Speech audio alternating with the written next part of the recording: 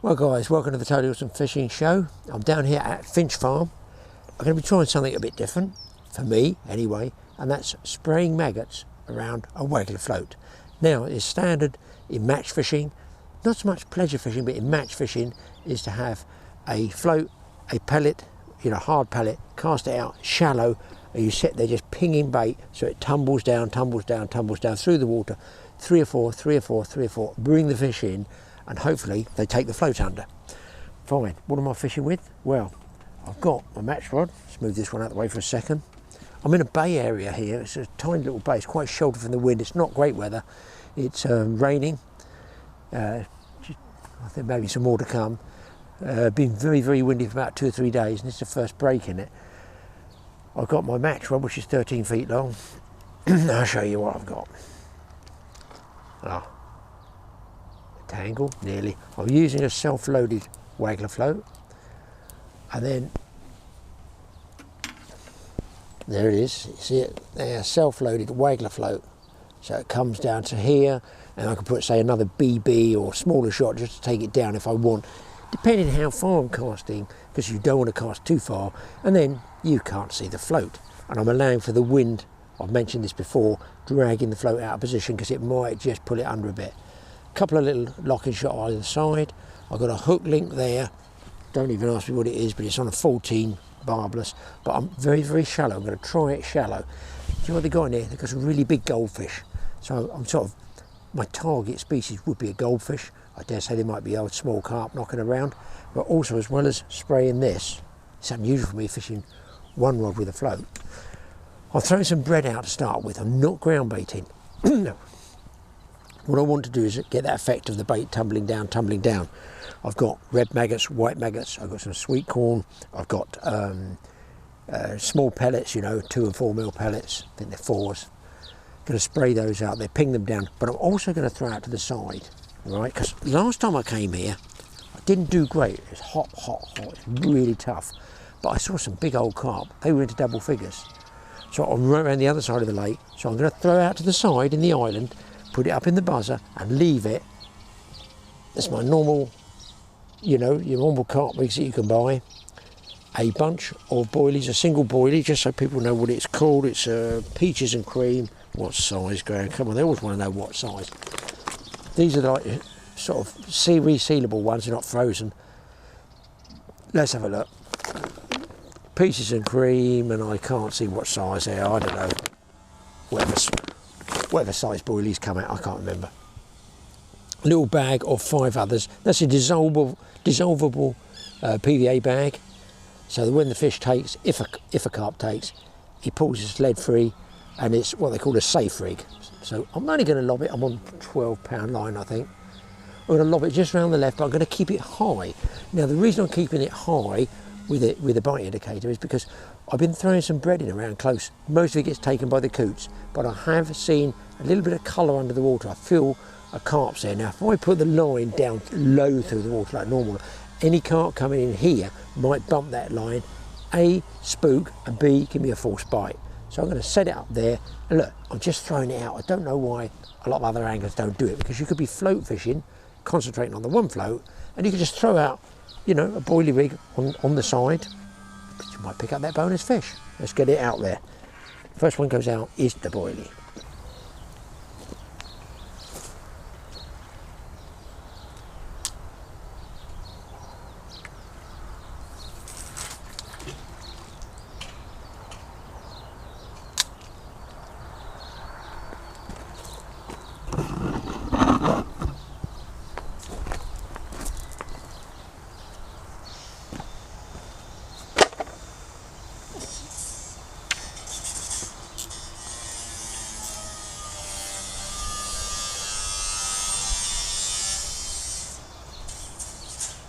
So, bait on the waggler float, as you can see there, got red and white maggots, and also got some regular pellets there, and somewhere knocking around are some small pellets. I'm starting with 2 maggots on the hook, going to cast that out, and then I'm going to start with a small catapult just spraying some maggots around and see if I can't get some small fish going. Now, purposely, I said, I haven't thrown any ground bait in at all, because that's going to take all the fish to the bottom, and that's just really standard fishing. The goldfish and stuff and roach are more likely to come, I feel, in the upper layers. So I cast my float out. I'm going to rest it between the barrow and my rod rest here, like this. Dig out my catapult and just go ping, ping, ping every so often, just to try and keep. I just missed a bite. I'm on. Oh dear, is it a good start or a bad start? And it's a nice rud. Well, well, well. Here comes the 645 to wherever, Heathrow. Nice rud first cast. Rud first cast. And the reason I got that is because I've thrown up some bread, i.e., he says, searching for a whole loaf, which, how can I lose a whole loaf? But by keeping the bread on the surface, I've got tiny little stuff like this, 2 or 3 inches, nibbling away. That attracts other species, and that attracts everything, drawing it up to the surface. So that has obviously worked, because I didn't even spray any maggots in, and because the bread's out there, it's drawn them up. I'm also not going to go too far out, because I feel wherever I'm baiting, I need to be able to target it accurately with a catapult. So what I'm saying is there's no point in casting miles with the float and then you can't reach it with a catapult, or worse, you catapult too far and you go, oh, I can't actually reach it with the float, because then you've put the fish out of your distance, haven't you? Right, get myself set up, and we get catapulted out with the maggots. Someone's got a grinding wheel going there. Hopefully it quietens down. Yeah, you're also limited. I'm seeing the limit of my casting with this. Trying to keep the rod close to me. So now I've got a couple of Matchman's catapults here, and they have different strengths elastics. They would ping quite a long way, this one, but I feel this little one here is a lot softer. And if you look, let me show you, I hope you can see this from that angle. These are quite stiff, the actual arms of the catapult are quite stiff. Whereas this one, turn it around that way, is a sort of rubberized, got a flex to it. So if I pull it down like this, it just is a bit more sensitivity into it. So that's what I'm going to use to ping out a few loose baits. I'm going to be so surprised. Let's just see where I'm going. I don't want to go too far. You need barely any pull on this catapult just to get it out there. What I'll probably do is just going to switch to the head cam. If any of you ever kicked your maggots over, that's what I want to know. It's fairly standard, isn't it? Kicking maggots over. Just going to build this up a little bit. Don't forget, there's a totally different tension requirement when you're using pellets, which are denser and go farther, and maggots, which are much lighter and are liable to get caught by the wind if you're going against the wind, anything like that. You know, there's fish out there, so I'll just go and ping. You can see what I'm doing, just keeping them 6, 8, 10 maggots at a go out around the float, trying to build that area up. Not even fishing really yet. There we go. Now also got some frozen maggots in here somewhere, he says.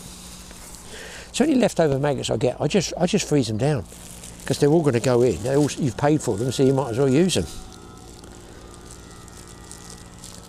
Sometimes they smell a little bit suspect, but trust me, these red ones, they can have those big time.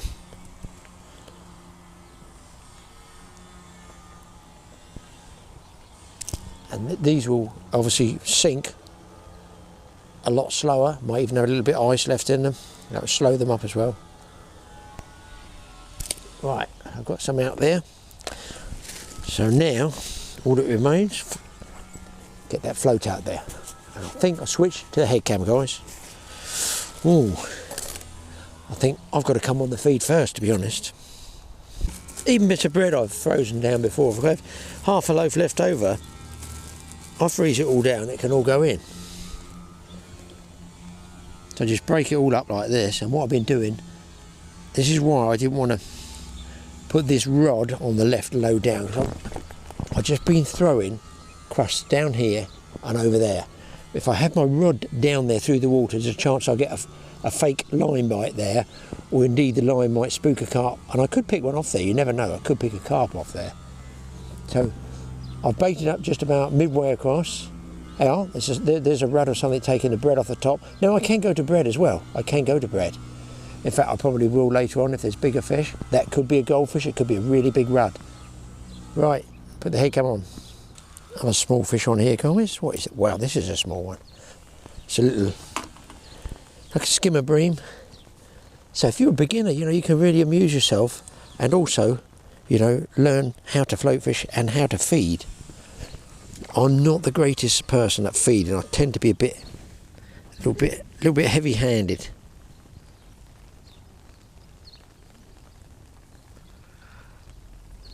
Let's try it. Double maggots and a bit of skin. Okay, straight out where we been spraying. I might actually put a rod rest down there, you know, I think that's going to be favourite, and just move this. I had a bite then, float went to the side.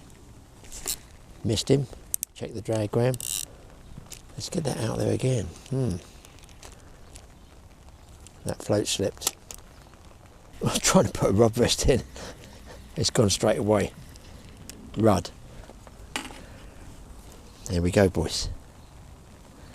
Now, should I get pestered by these, I will have to go to bigger and bigger baits, but the same principle applies. I need a rod rest right there. Let's watch that float way out there.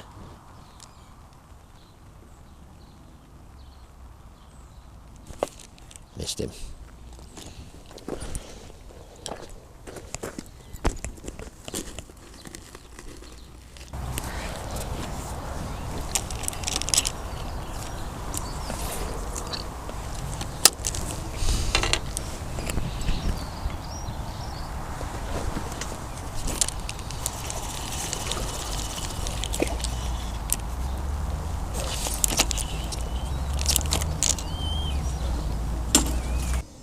Guys, that bread's drifted out a little bit.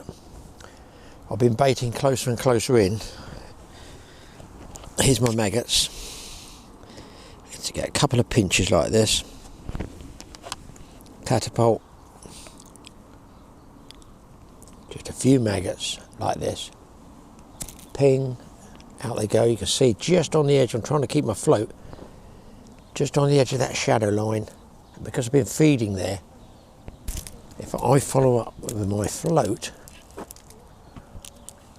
I'm going to pick up a fish straight away. I've had about 10 or so fish now, and I've had a couple of roach. There's the float. 3, 2, missed it. 3, 2, 1, missed it. Now, a little bit farther. Now, they're small fish, so what I'm going to do is have a bit of sport like this, and if they are small fish, I start feeding bread over the top and try pellet on the hook. This is on 3 maggots I'm on now. Now doubtless if I plumb the depth, it's probably 4 or 5 feet, I don't know. And what happens is you feed the fish so much that they'll take the bait almost on the surface, almost as if they're attracted with those pellets or maggots going in all the time on the surface. They're not frightened of the float. In fact, that actually, I feel, sometimes it attracts them. Now, just for beginners, when you start to get this, can you see that bottom one there? That's what they call a stretched maggot. This one, I'll pull him off there. When you get stretched maggots like that, that's generally a sign of smaller fish moving in. So you might want to use bigger baits then. It means, you know, they can't actually get hold of 3 maggots. They're pulling and pulling and they don't get the whole bait in their mouth. So I'm going to go with 3 maggots, whereas obviously it ends up with 2, because if you're on barbless, the M1 invariably comes off. So here we go again, see if we can do it. Okay, I think one flew off then, one of those maggots flew off. I had a bite straight away as soon as it hit the surface. There we go. It's either a roach or a rudd. But on a match rod like this, it's a bit of sport, you know. There we go. Nice rudd.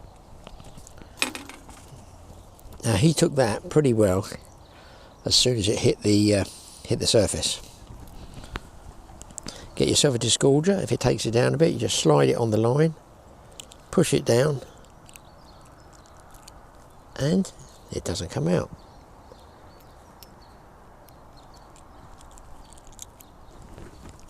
Push it down, pop it out, and the fish goes back. So I think I need to go to a bigger maybe hook length and possibly a banded pellet. Just go like this. Let's put my catapult over there. Try 2 maggots. Now normally I'd have the float out there and I would spray around the float, but there are so many fish here now. We're just getting these out there on the surface. I'll follow that up straight away. Like this, and boom. Yeah, I can see them on the below the surface, just sort of swirling around. I say they're predominantly going to be rudd. If you're continually catching fish like this and you want to wipe your hands, just do what the Max do. Just put the towel over your knee like this. I don't think I'm far enough out. And it would help if I had some bait on, and that's the problem with barbless hooks. Now here's a tip. Look, if you're getting maggots go off the hook, if you got a whipped spade end hook or even an eyed hook, the first maggot, pop it over like this. Even it obviously gets mashed a bit, but pop it over the top of the hook. That way you should always have something there, a bit of skin or something like that, a bit of maggot skin. So if I can show you, these 2 red ones might come off, but the one I've popped over the hook should hopefully stay on. We'll find out, and if it stays on, if I miss one bite, I can leave the float there, get another bite on the skin. Nothing worse than sitting there with a bare hook. Let's see what's come off there. No, I've still got my my maggots on there. Put the rod down.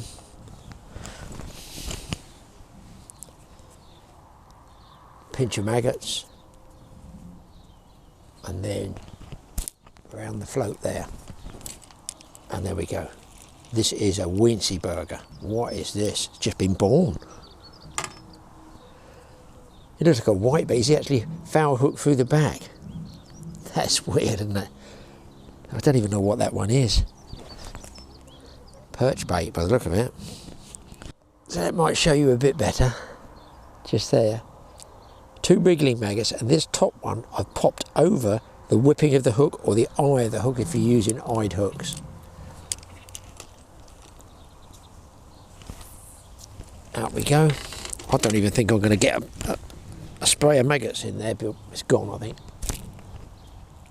There's one spray. I'm watching the float. Okay. Don't be afraid just to bump it once. Give it a bit of movement.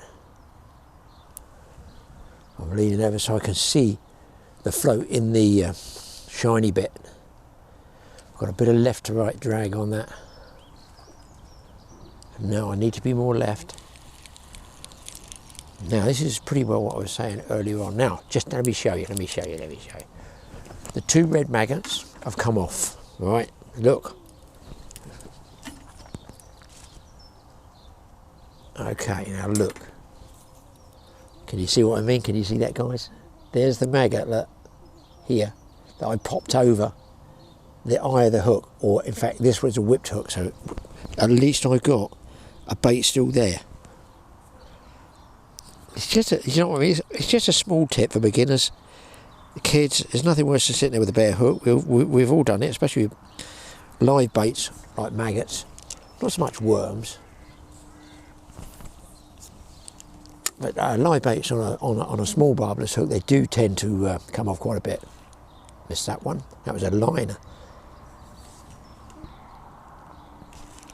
Missed that one. Right, let's go out a little bit farther. That's where they seem to be, a little bit further out. There's a lot of small fish out there. They can't quite get hold of 3 maggots. Right, I've thrown some bread out. Let's see if that brings any bigger fish up. Now what I'm going to do in a minute, oh, I saw the line straighten on that one, the float went rocketing away. They're all very, very small fish. I'm going to show you that now. Put this one down as a roach. But there we go, look, I'm catching fish all the time. There's a roach.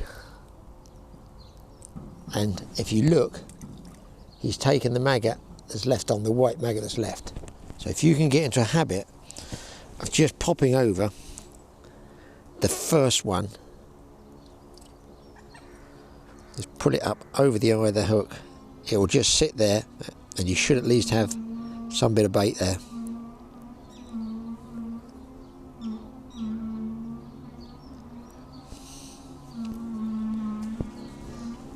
There we go. I'm going to try close in as well, you know, see if we can't film it. Oh man, I can feel some of these bites. When they really get fish going, bigger carp and stuff like that, they leave the rod in the rest, they spray the maggots around it, and the fish hooks itself and is pulling on the rod like that. There we go. As soon as I sprayed, it looks like a rud. So hopefully there's a few tips there.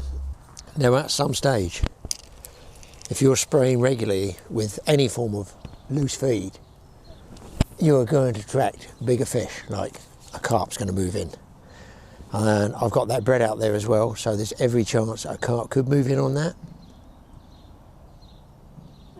Just drag him to the right a bit. Missed that one.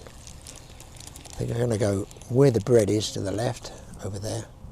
I've seen a couple of sort of half-hearted swirls at the bread, so I know that the fish must be starting to notice that bread drifting along.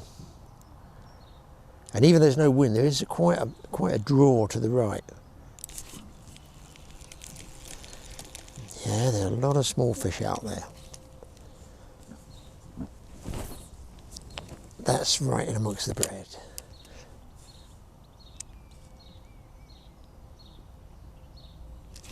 Oh, this feels a bit better, boys. This one does feel a bit better. No, it's rud, I guess, better rud. That's 4 maggots. They're suiciding out there now, look. There are some lovely colours on the rud. So no shortage of fish here. Now there's no reason, if you're feeding out there, well you can't do what the matchman do, feed an inside line. Look, just here. I know it sounds ridiculously close, but you will get fish coming in there, and ordinarily I wouldn't be fishing out there. I would probably start margin fishing. So what I'm going to do here, I'm going to try first at this shallow depth, and then I'm going to plumb the depth with a float, see what the depth is, and then see if there's anything on the bottom where those maggots have gone down. Any maggots that aren't intercepted on the way down obviously are going to the lake bed, and sometimes you would get bigger fish move in that you don't even know they're there until there's some bubbles coming up, something like that. And obviously this, you don't need the, oh, something's moved on my bread in there. So look, just a rod length. Just in there. Let's just see if there are fish. I'm sure there are. Because here you can put your rod down. You don't need a catapult. The kids and that do not neglect margins like this. Honestly, take my word for it. Some big fish come in there. Now, if they're not on the top, they might be on the bottom. So I'm going to plumb that in a minute. Let's just sit for a second. Patience pays, as they say. Don't forget, this hasn't been fed regularly. I've only just put that in there. I forgot to pull the maggot skin up over the eye of the hook. I'm noticing carp under there, guys. Bread's drifted right under there. So I'm going to keep an eye on. I think I had a bite as soon as it hit the surface. There we go. Again, looks like small fish here. I'm torn between look at the float here and look at the swells over there, back there. The bread's drifted right under there. Almost, well, it is impossible to cast to. Obviously, the faster the float goes under, the harder you tend to strike. It's a habit, it's very, very difficult to get out of. Float's drifting to the left. I think there's a fish on that. I've just bumped him. So it doesn't always have to pull under, it can slowly drift one side or the other. So if it starts drifting, pull up, you've got a fish on.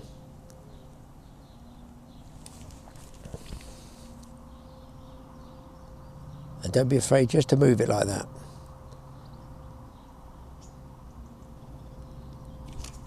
There you go. Oh, better roach. That was moving it, just bumping it. And look how, it's worth showing people because it's for beginners and stuff like that. Look at the, hold the fish, look at the maggot skin that I slid over the eye of the hook. So I'm always going to have a bait there. That was another nice roach. So I've got two swims I can fish now. What they call an outside line there, and I've got an inside line here. And of course this one is going to be way more accurate. So I can put the maggots right in there. Okay, what I've done now is I've attached a plumb weight. You go through the eyelet and then just put the hook into the cork at the bottom there. This will pull the float under, but you have to start with a self-loading float, what I call shallow, so it definitely pulls it under. Let's have a look and see how deep it is. So the float's gone under, but not by very much. I guess that's not very, very deep. Let's go a little bit farther. You can actually feel the lead hit the bottom. I reckon I want to put a foot on that. So you slide up your shot carefully like this. Swing out again. I don't swing it in the swim, I put it away from the swim first.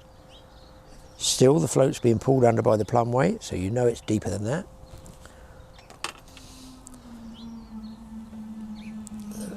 A little bit longer.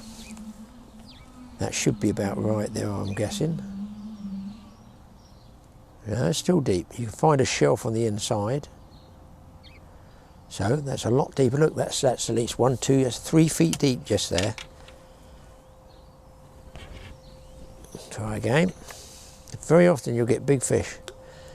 I don't see any bubbles in there. They are. There, look. Now the float's set. Can you see it there? So that's what's called dead depth. I can go a little bit deeper than that and put a shot there to anchor it. So let's do that. There's the plumb weight. Take it off like this. Do not lose it. All right, we're all set.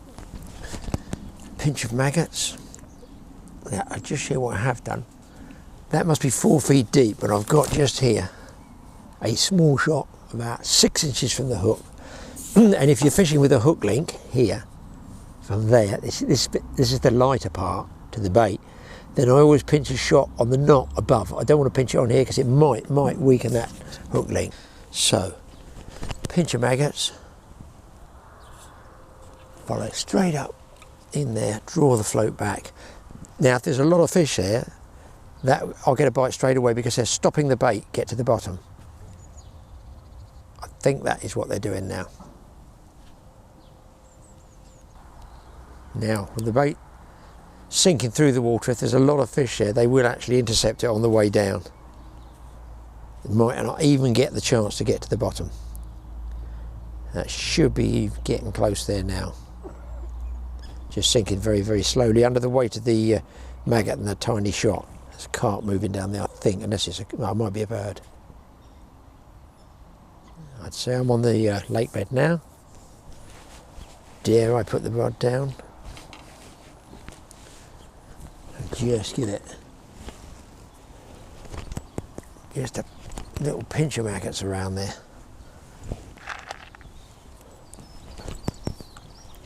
Couple of pellets. Carp moved out there on the bread. I just break bits of bread up. Bread is such a good equaliser, especially for getting bigger fish. So I can be amusing myself on these small fish, breaking up the bread like this. Just heave-ho, throw it out in a bunch, it spreads, and I'm watching that while I'm almost watching them float. So I can change and adapt. So I've got almost 3 ways of fishing. I'm float fishing down here, catching nothing at the moment, one admits. I've got the boilie rod over there, a bonus one just on the bottom with 5-6 boilies around the hook bait, and I've got the bread on the surface, so I can just keep an eye on it. Mostly Mr. Coot comes over and eats it all, but there you go. There's a bite. Small fish again. He definitely intercepted it before that bait was near the bottom. I'll give him a goodly amount of these frozen dead ones. Dead reds they are, that's what they are. A few floaters as well, a few floaters in there. Just throwing some bread out, and I've got a better roach by far. That was right on the inside. There we go. So there we go. Nice roach there. Literally, almost, as we say, under my feet. For those who don't believe it, I'm going to try a few dead maggots. Now, of course, you don't suffer the same problem with dead maggots because they don't wriggle off the hook, even, you know, even on a barbless. So we just see if we can get one. Got a young moorhen here poking around. He likes floating dead maggots as well. All bread, he's not really fussy. It's just sinking now. I threw some bread out there. There's a carp on that patch of bread there, and there's a coot. Oh, dead maggots, boys, dead maggots. Tell me what's wrong with frozen dead maggots. There they are. It works. There's the maggots. And of course, you don't have to pop those over the eye of the hook on barbless, or obviously it sometimes does benefit you. You can just be sure that you've got a hook bait on. Again, all tips for beginners. When you've had enough of the small fish, take a small piece of bread flake, just pinch it around the hook, but around the eye of the hook, or the whipping, and then you can see if you can pick a bigger fish off with the bread flake. You don't have to stay with maggots. You can still feed some maggots. I can still feed a few dead ones in there. My goodness, that was right on the float. Guys, I've got a better fish on bread. I'm guessing a small carp. What is that? That's a very black carp. That is the blackest carp I've ever seen. That is weird, isn't it? A little mirror, but what a funny colour. Bizarre, even his tail. Is it a different species?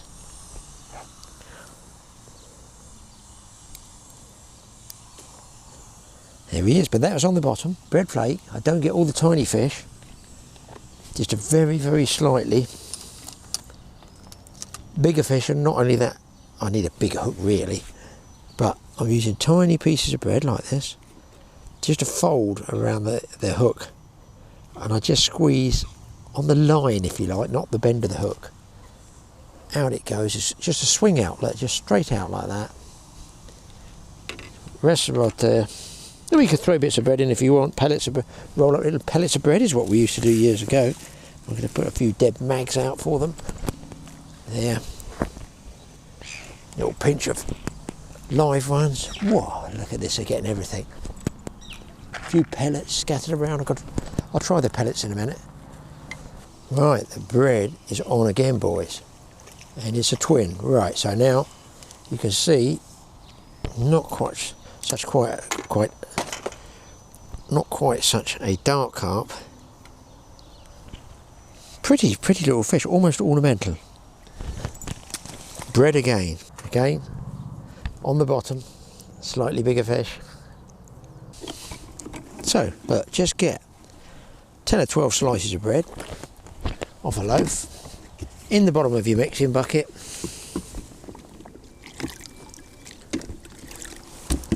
Get them wet first, just soak them, separate them and soak them. Give them a good soak. Just for about, what am I doing this for? 20-30 seconds, right? They're soaked. And then just, what I do, this is the way I do it. I push the water out.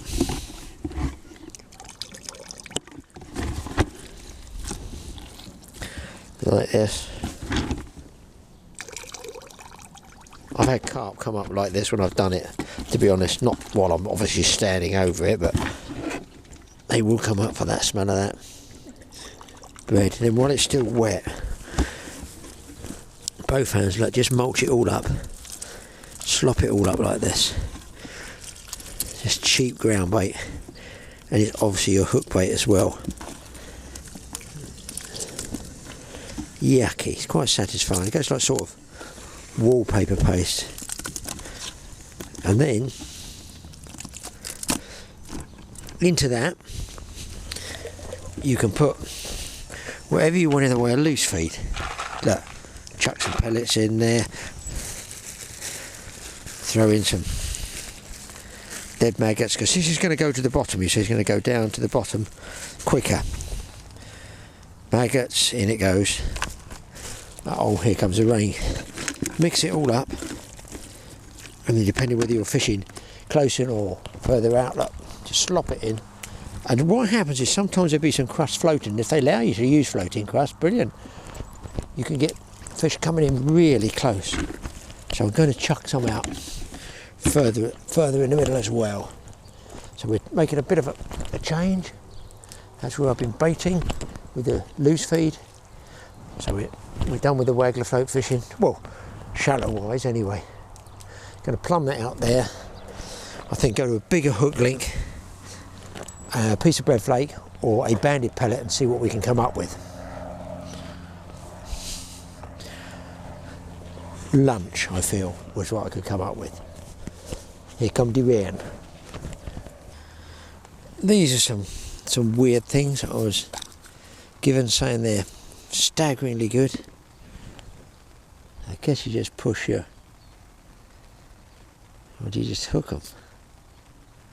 Horrible green things, yucky. Let's see if the fish like them. Got to be impressed. A G Special soft hooker. Oh my god, a G Special soft hooker. Basically it's like rabbit droppings to me, but you know, they can have a load on. Why not indeed?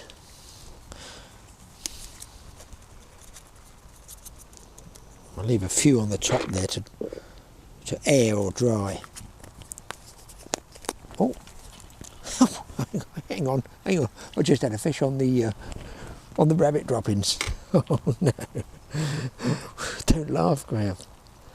They might be good. They might be good. Let's try another one.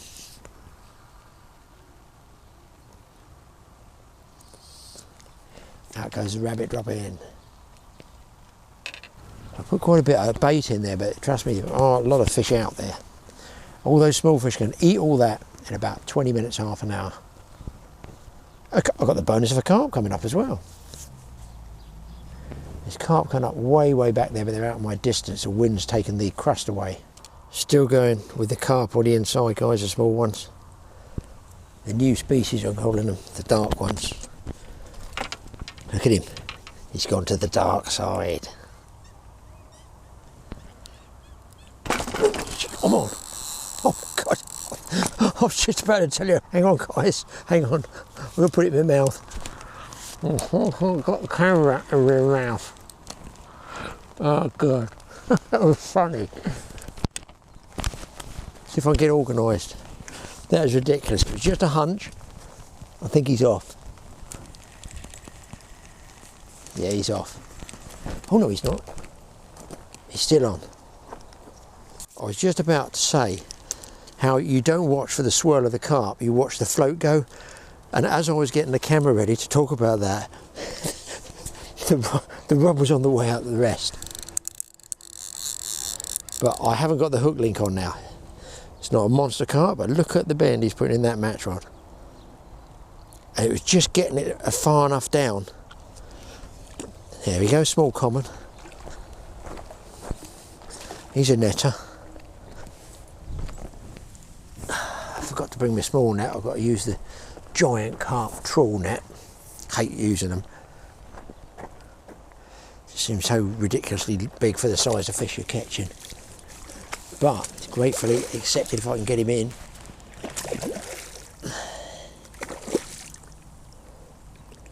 He's in. Well, there you go.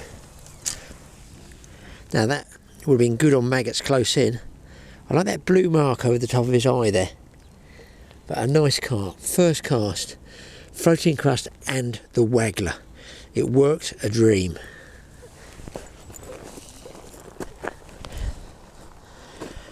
You just got to adapt all the time. Brilliant.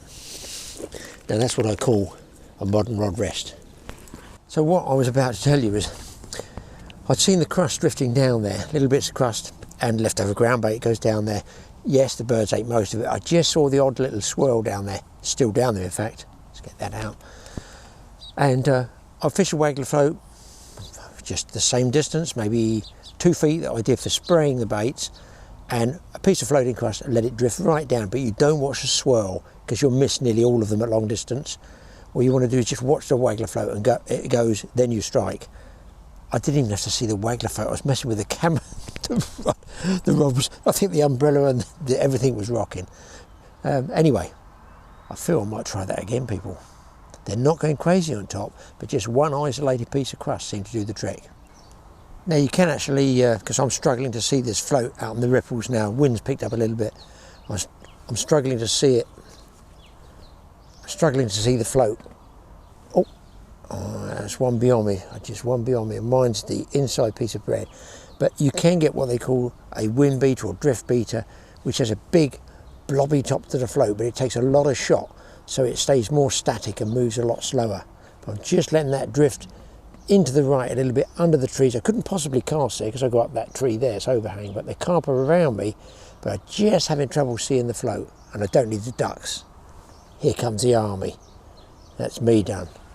Right, so that's my setup there.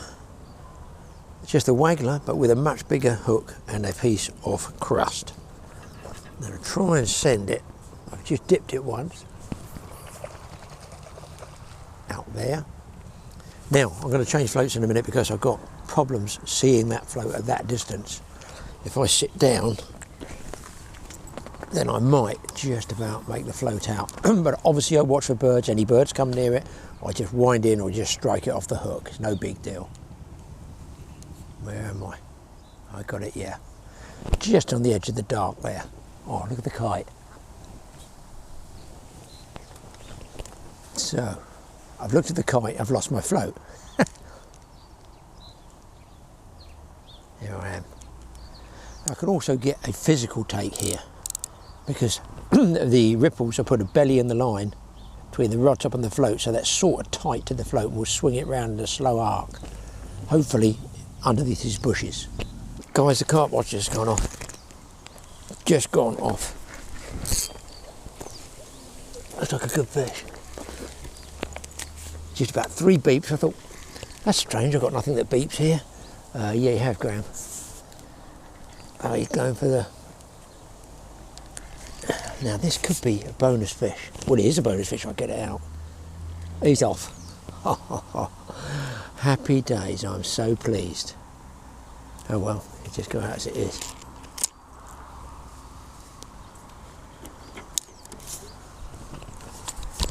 Make sure the lead's okay. Well, let's try out there again.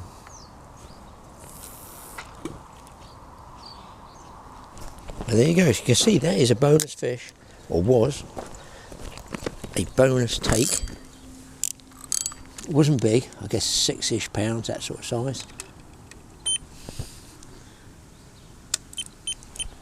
But if I hadn't put it out there, I wouldn't even have hooked it. So this float is called a wind beater. A big bulky body here takes 3 treble A and a couple of other small shot. The small shot can shot it right down to here, and it's got that very, very bright blobby tip to it, but it is in fact very sensitive. I've got about 3 feet, and onto that I'm going to put big hook, a big chunk of bread. Hopefully the birds are gone for a while. Just pinch it around the eye once, and being heavy, it might be able to get, if I can get an angle past that tree there. I think I'm about right there. So I can see my bread there, but if a carp takes it, I won't actually see his mouth close on it, it's too far away, so I can look at the float, and as it swirls, I don't look at the swirl and wait for the float to whip away and then strike. And I have to hold the rod for this one, people. Here's a weird one, people. I was fishing floating crust, struck, I got an Australian perch, upside down one. How did he, on earth did he get hooked like that? Little perch here with his fin up as well. Well, I'll take him. I'm on the float again, guys. Decent sized carp. I had some other small ones. Close in, and this is on the drift beater one. You can see the float just there. So, quite an expensive rig to lose, actually. Oh dear. So you got the float and you got all those shot on there as well. See if we can get lucky and get a nice close-out fish for you. Match rod, you can't beat it, you know, for scrapping. To pick the right size fish. This one is digging like crazy. Black, black, black, I could see it. Look at the colour of it. Well, I'm not going to mess about. I'm going to get him in the trawl net here, if I can.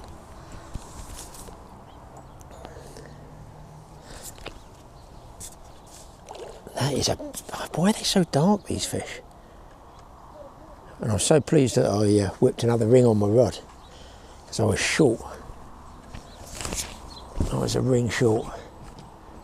And I thought, oh, I just fish with it anyway. But this evens out the bend, as you can see. That's just what you call a bend in a fishing rod, boys.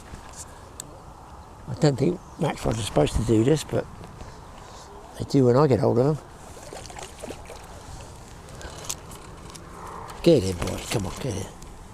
And there we go, close out fish. Well, there you go, good little session. Not a monster, £3 maybe. And he's even put his fin up for us. So, good session. Hopefully there's some tips there. Let's get this guy back. And all that remains to be said is, thanks for watching the Totally Awesome Fishing Show. Hit the subscribe button. TA Outdoors and TA Fishing. We'll see you next time, and don't forget, don't neglect the various different types of floats you can get that will get you some action. Listen, summer, autumn, winter, all the way round. We'll see you next time. Me, I'm packing up from here. I'm going to move over to the catfish lake. I can't waste a minute. There's 3 hours left and I've got a tin of lunch to meet. Wish me luck.